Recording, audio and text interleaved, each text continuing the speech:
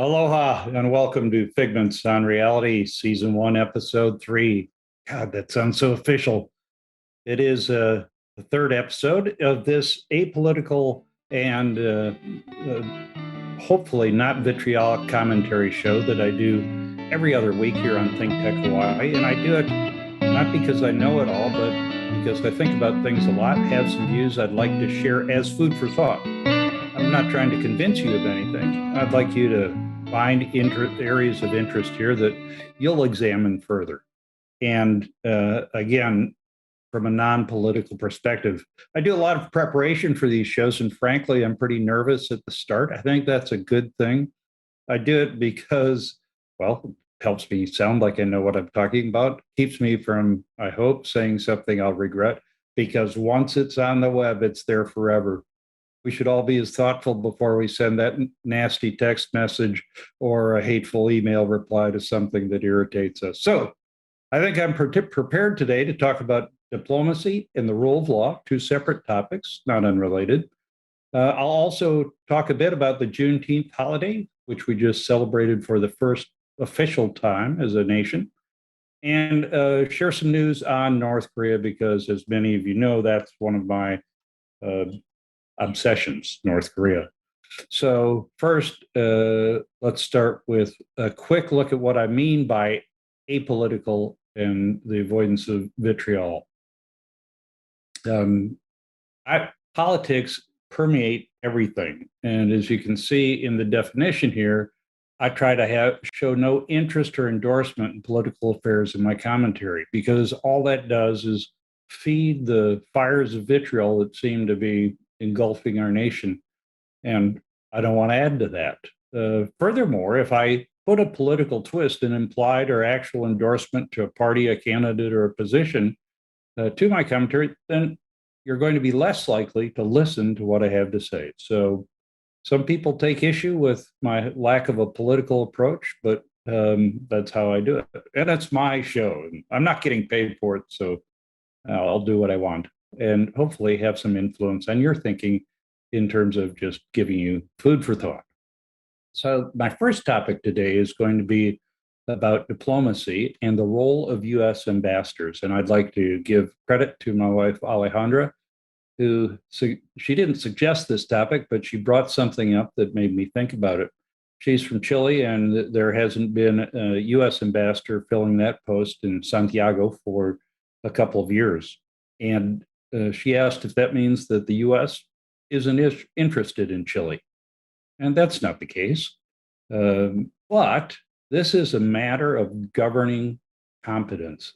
Does our government govern competently? And this is not, absolutely not a political indictment. The fact that 95 of 189 ambassadorial posts are vacant worldwide, because both parties have failed here over recent years, quite a long time, frankly.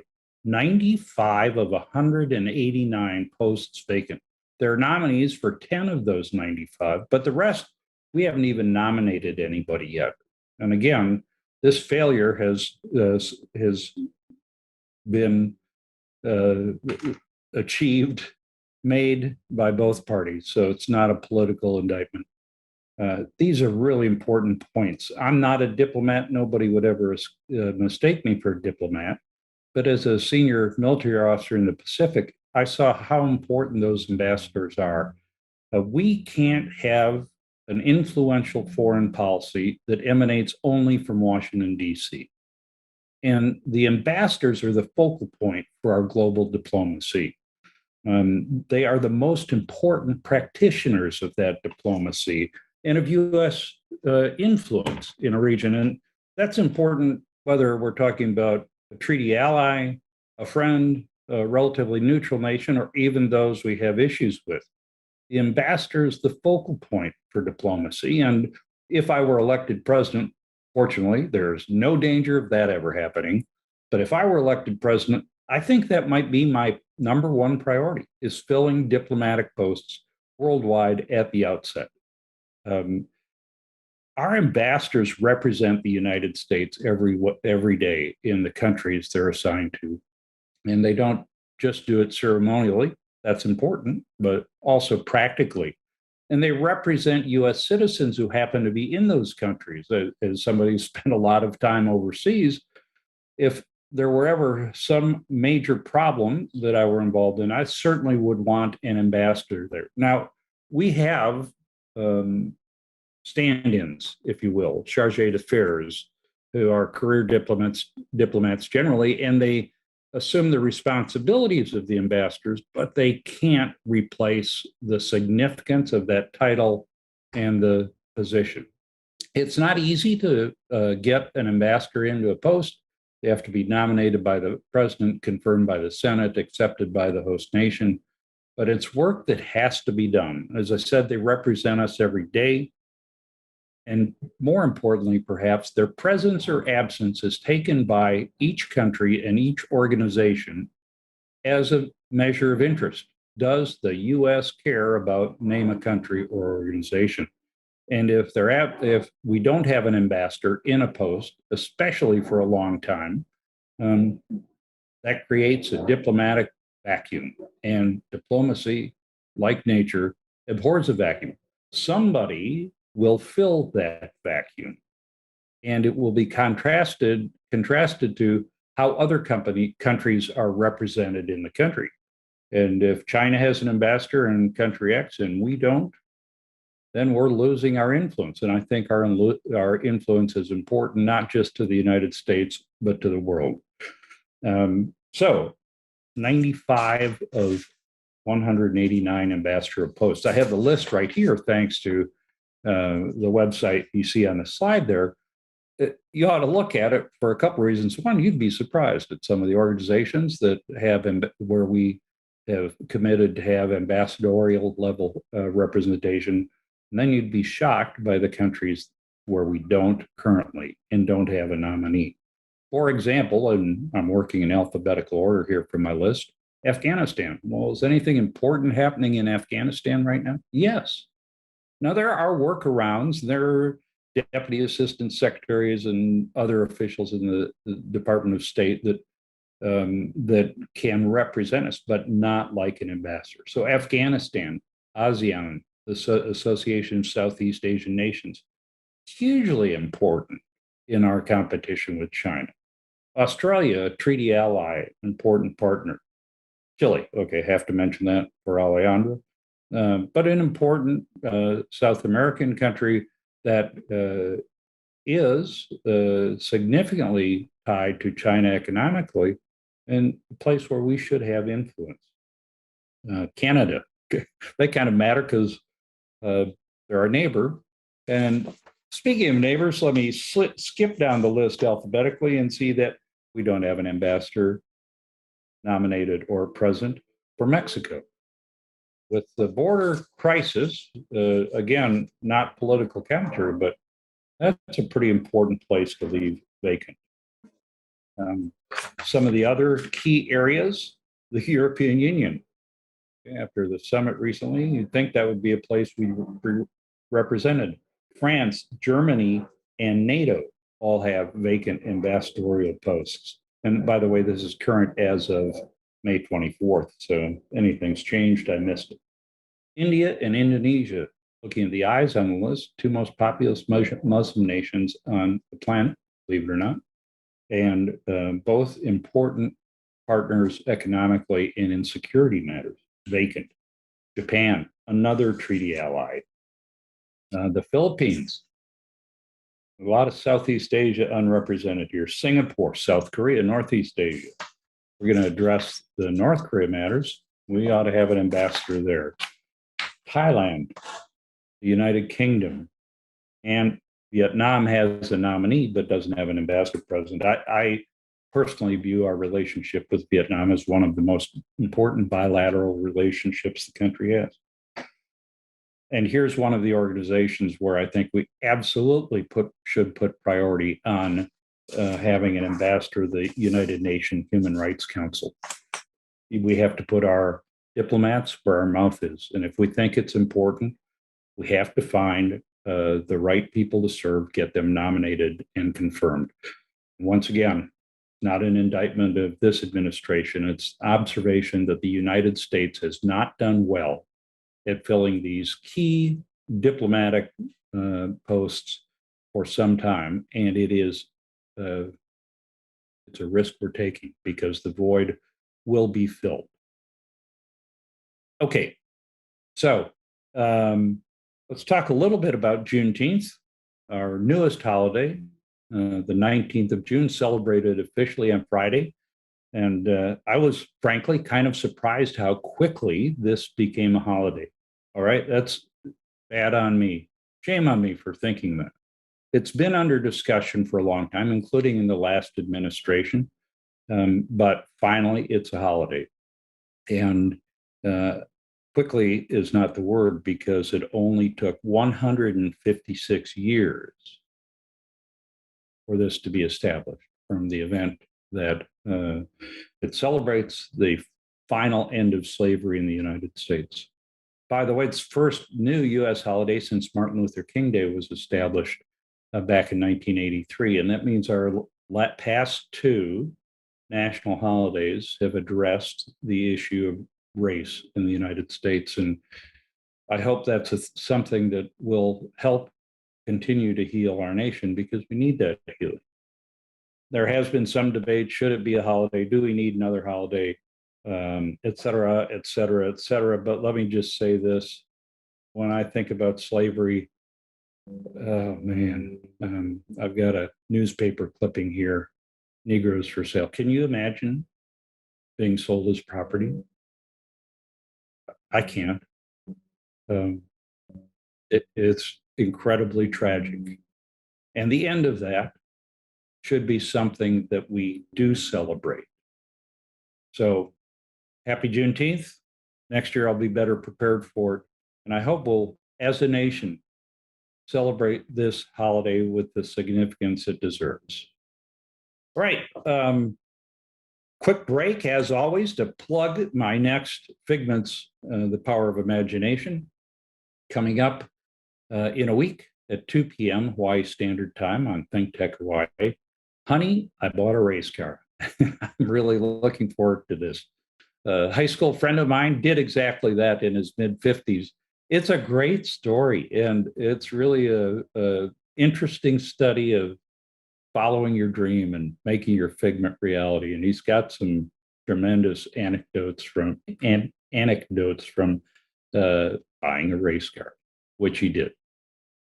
So, on to the rule of law. I think a lot about the law and what a legalistic society we've become. Juneteenth, in fact, became a holiday via the Juneteenth National Independence Day Act, an act law, and that's how you make holidays. But the concept of rule of law, I think, is one of the most important ideas in the world, and certainly in the United States, because it is the principle, as you see, that people and institutions are subject to and accountable to law that's fairly applied.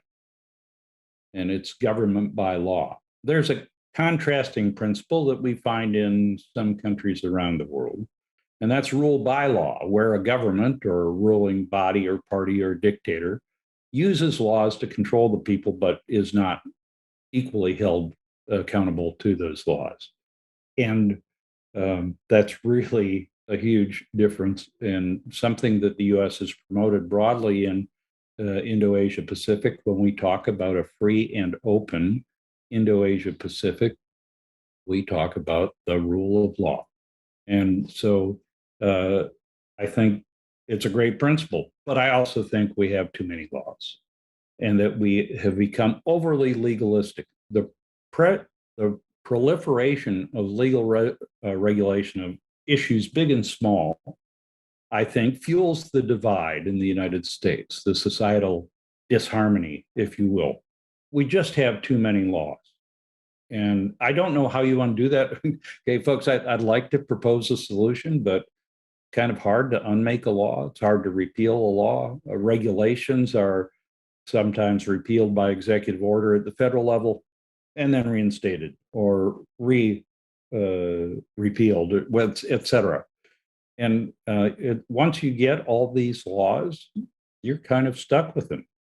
And I think there are a couple problems to that. One is that these laws are often at the wrong level, and we need better discipline in our legislative bodies, regardless of political party, about is this a matter that should fall under the purview of the state government, the local government, or the federal government. And not speaking politically, but speaking sort of philosophically, there should be a fairly conservative approach to crossing those boundaries. There's a reason for the separation of powers between local, state, and federal governments, and that's some to allow the people of localities to live by their rules within reason when the matter being addressed is one that is local in nature.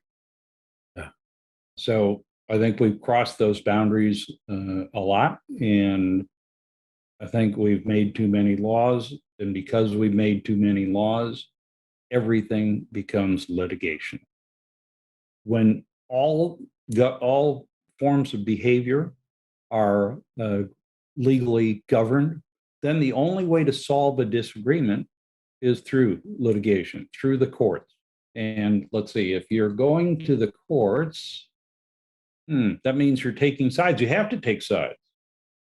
There's a plaintiff and a defendant, and when we get to micro legal regulation, we absolve ourselves of all of our own personal responsibility to address and solve disagreements on a personal level and give it to the courts. And again, I think this is something that is fueling the disharmony in the United States. And if you've got a solution, please drop me a line at info@phase-1.com, info@phase-1.com.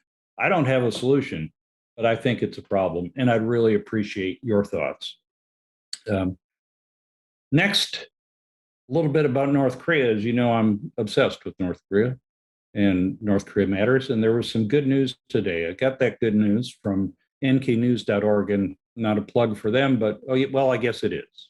Very good website. They have a great podcast. I believe I've mentioned it on other shows. And I encourage you to take a look and to listen to what they put out, because it's quite diverse in covering North Korea and provides insight that I haven't found anywhere else.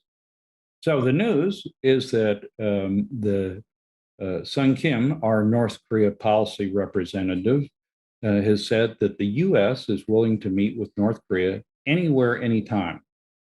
Wow. Without precondition. Wow. Let me read this. We hope, here's a follow-on to his statement. We continue to hope that the DPRK will positively respond to our outreach and our offer to meet anywhere, anytime without preconditions, Sung Kim said. He was at a meeting with his South Korean and Japanese counterparts.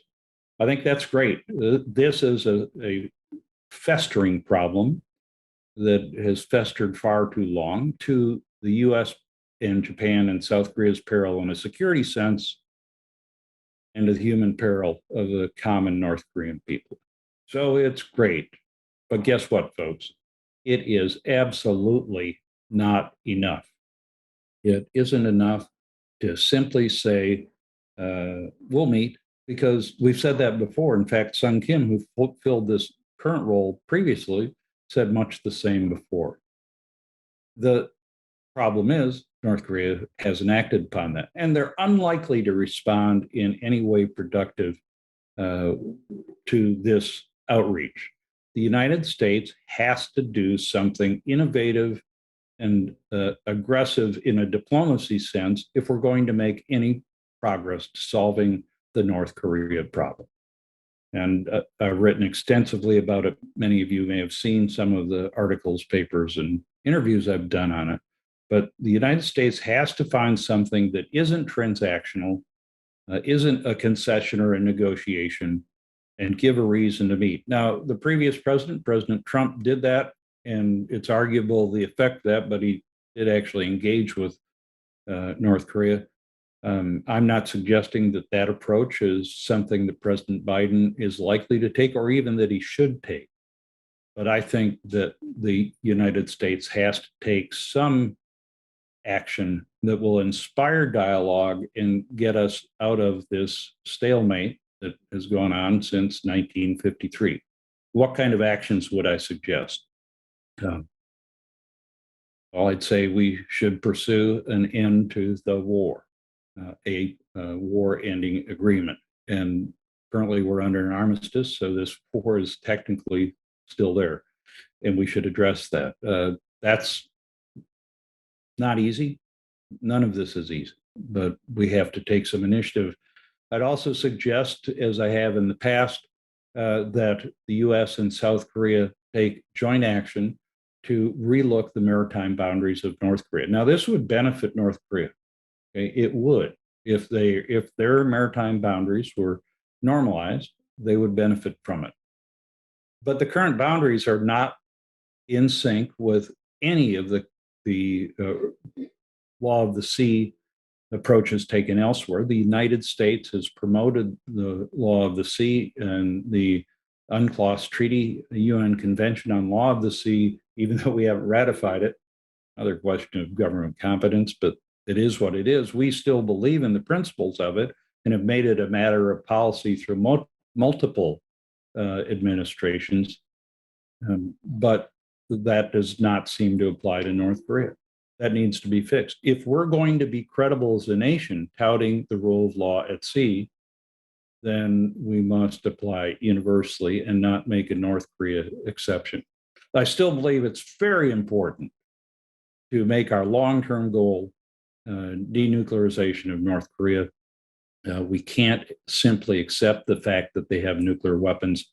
One, because that's quite dangerous, but it's more dangerous than just with regard to North Korea. Accepting the North Korea as a nuclear state would mean we stop caring about the Nuclear Non-Proliferation Treaty, one of the most important treaties in my lifetime. And we can't walk away from that. We can't say it's okay to leave the treaty as North Korea did. Since the treaty was enacted, 4 states have gotten nuclear weapons. The other 3, Israel, India, and Pakistan, were not signatories. North Korea was. And we simply can't afford to say, that's fine. It's fine. That treaty doesn't matter that much. So keep our long-term strategic focus on denuclearization in North Korea. But at the same time, let's find something to talk about. And we have to entice North Korea to talk because they're not going to do it on their own volition. One other area that I suggested is in an interview with Asia Global Online is providing vaccines to North Korea. Now that we've made a huge pledge of vaccines for global distribution, that's one place we should consider. But we can't just say we're willing to meet anywhere, anytime, and think that anything will come of that. So that's what I think about North Korea today. I usually start in the previous 2 episodes, if that's usual, with "Come on, man" in the news, where I find something totally ridiculous in the news and put it forward like they do on NFL pregame shows. I have some bad news, folks. 2 weeks of looking, and I came up empty. Now, does that mean that there isn't anything ridiculous in the news? No, the problem is everything that was ridiculous had political undertones to it, and both sides of the political spectrum, by the way. But we need the media to come up with other ridiculous stories that have nothing to do with politics if I'm going to keep doing, "Come on, man," in the news. So that is everything I wanted to talk about today. Remember, next week we'll have Figments, The Power of Imagination. If you missed my last episode last Monday, you can find it on the playlist. It was with Lieutenant Colonel Slick Aguirre. Boy, I thought it was a great episode, and not because of me. He's a great guy. And he's a Vietnam veteran. He was an F-15 pilot, friend of mine in the F-15 world, who's flown everything. But his description of being a 19-year-old Huey aircraft commander, line combat in Vietnam, was riveting and thoughtful. And I encourage you to take a look at the playlist and do that. So let me close with what would Fig do? Fig would think about diplomacy and look at where our ambassadors are and encourage our government through letters, however you'd like to do it, to fill those important posts. It's at our peril if we don't. So thanks for watching. Remember, Think Tech Hawaii makes Figments on reality and Figments, the power of imagination possible, is a 5013C. I think I get the numbers and letters right. Nonprofit corporation entirely dependent on your generous contributions. And if you go to their website, you'll see they have content that's extraordinarily diverse, interesting, funny. It's a great connection for the community. So please support Think Tech Hawaii. I'll see you next week in Figments, the power of imagination. In 2 more weeks, we'll bring back more reality and hopefully a new, come on, man. Aloha.